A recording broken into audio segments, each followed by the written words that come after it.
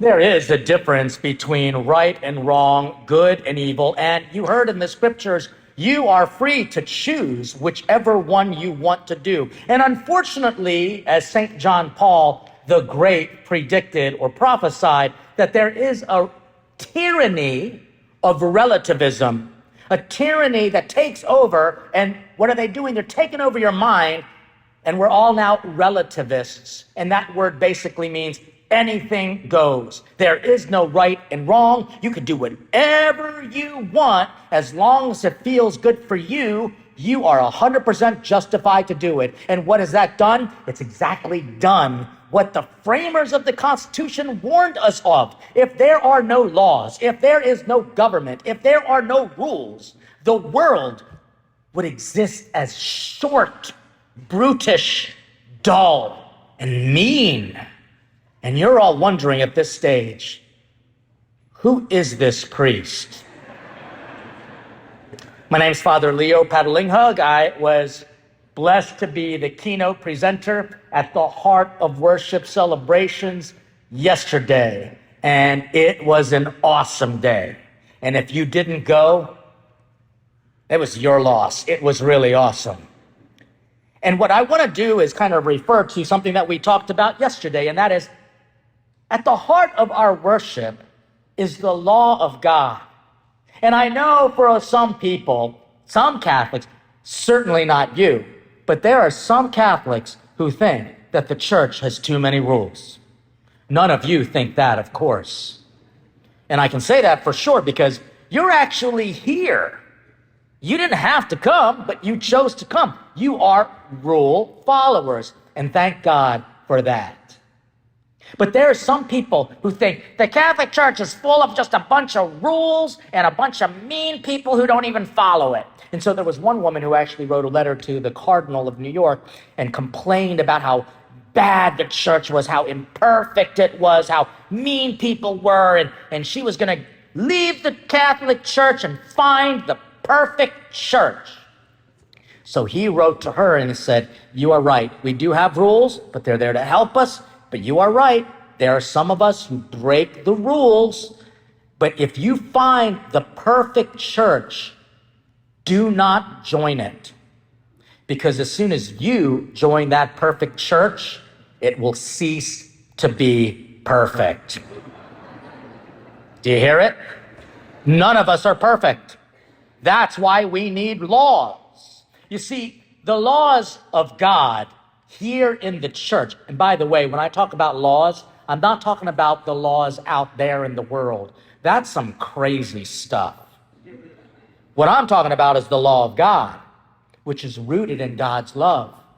These laws are what the Catholic Church upholds and holds on to. But why do we have them? Well, there are a few reasons. I'm sure you can think of a few, but here are some that I've been able to pray about. Number one, it's because without laws, the world would be in absolute chaos. Laws create order.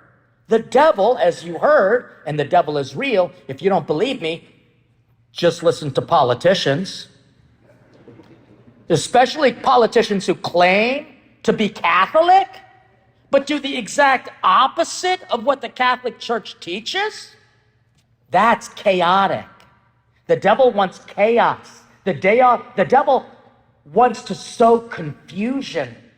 Laws create order. There was some guy arguing with me because I'm a Catholic priest. He said, you know what? I completely can't stand organized religion. And I said, well, then fine, go join a disorganized religion. I don't care. See how you like that. They wouldn't. Not at all. Laws create order, harmony. The second reason why we have laws is because it communicates tradition. In other words, we have learned from our past, and that helps us in our present and helps to promote goodwill for the future. Traditions and laws go hand in hand. You see, our Catholic traditions, again, come from the Jewish tradition. But Jesus helped to understand better what God's laws really meant, because we know that there were some that were created by man and they were excessive and a little bulky, Jesus helped us to tweak that and understand that. They weren't bad laws, they just needed a better understanding. One example is in the understanding of food and dietary issues. One of the things that Jesus clarified for everyone, and I'm so grateful for it, is that he said that bacon isn't bad. But if you eat it without discipline, a lawless way of eating, it would be bad for you. So Jesus helps us to understand the past because the laws of the past help us to understand the future. You know what the problem is? We don't teach history anymore. I mean, nobody knows the past. Everyone thinks that everything in the past was just mean, bad, supremacy, every type of ism and phobia. Like, really? Well, that might have been the case, but we've actually learned about it now. I mean, it's so silly that people want to do away with order and do away with all things of the past. So, do you remember a few years ago, there was an insurrection?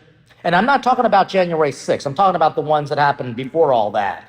There was a lot of insurrections going on. Literally, rioters were jumping in and breaking government buildings, and they even took over a neighborhood for like a couple days. They called it the town of Acab, ACAB, which stood for all cops are bad, because somehow cops and following laws, bad. They had this for like a few days, and it was hysterical because they were just so lawless that they called the cops to help them. Do you see the arrogance? That's one reason why St. Paul, in writing to the people of Corinth, if you were paying attention, said, we kind of need some maturity. And there's a lot of people who are very immature about the reasons for laws. And so they act like children, making up laws as they go along. That's what the book Lord of the Flies was all about. It was pure anarchy. But here's the third reason why we have laws. They help you to be better people. They help you to respect each other. They actually tell you to love one another. I mean, some people say, the church's laws are just mean. And I say, which one? Love thy neighbor? Do you see how crazy it is that we don't like laws? But I guarantee you, tonight's football game has more laws than the Catholic Church. They are going to literally replay it to make sure that everything was followed to a T. So having said that there are reasons why we have laws, and they are good, it requires us to know what to do about it. Number one, please talk to your family about the laws of the church that they might not like and study the reasons for it. I guarantee you it'll help you to appreciate what we have in the Catholic Church. We want you to be free. But freedom does not mean the ability to do whatever you want. True freedom is following the law of God, which always means I am free to do the good, the just, and the true, beautiful.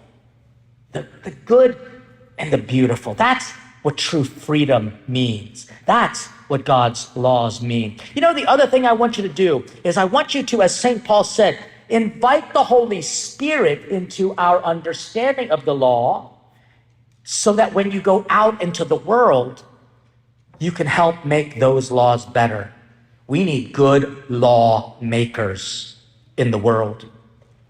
And I can tell you, if there's something bad happening in the world, and if we're not paying attention, because we're not, there are forces that will use laws to destroy you, to take away your rights.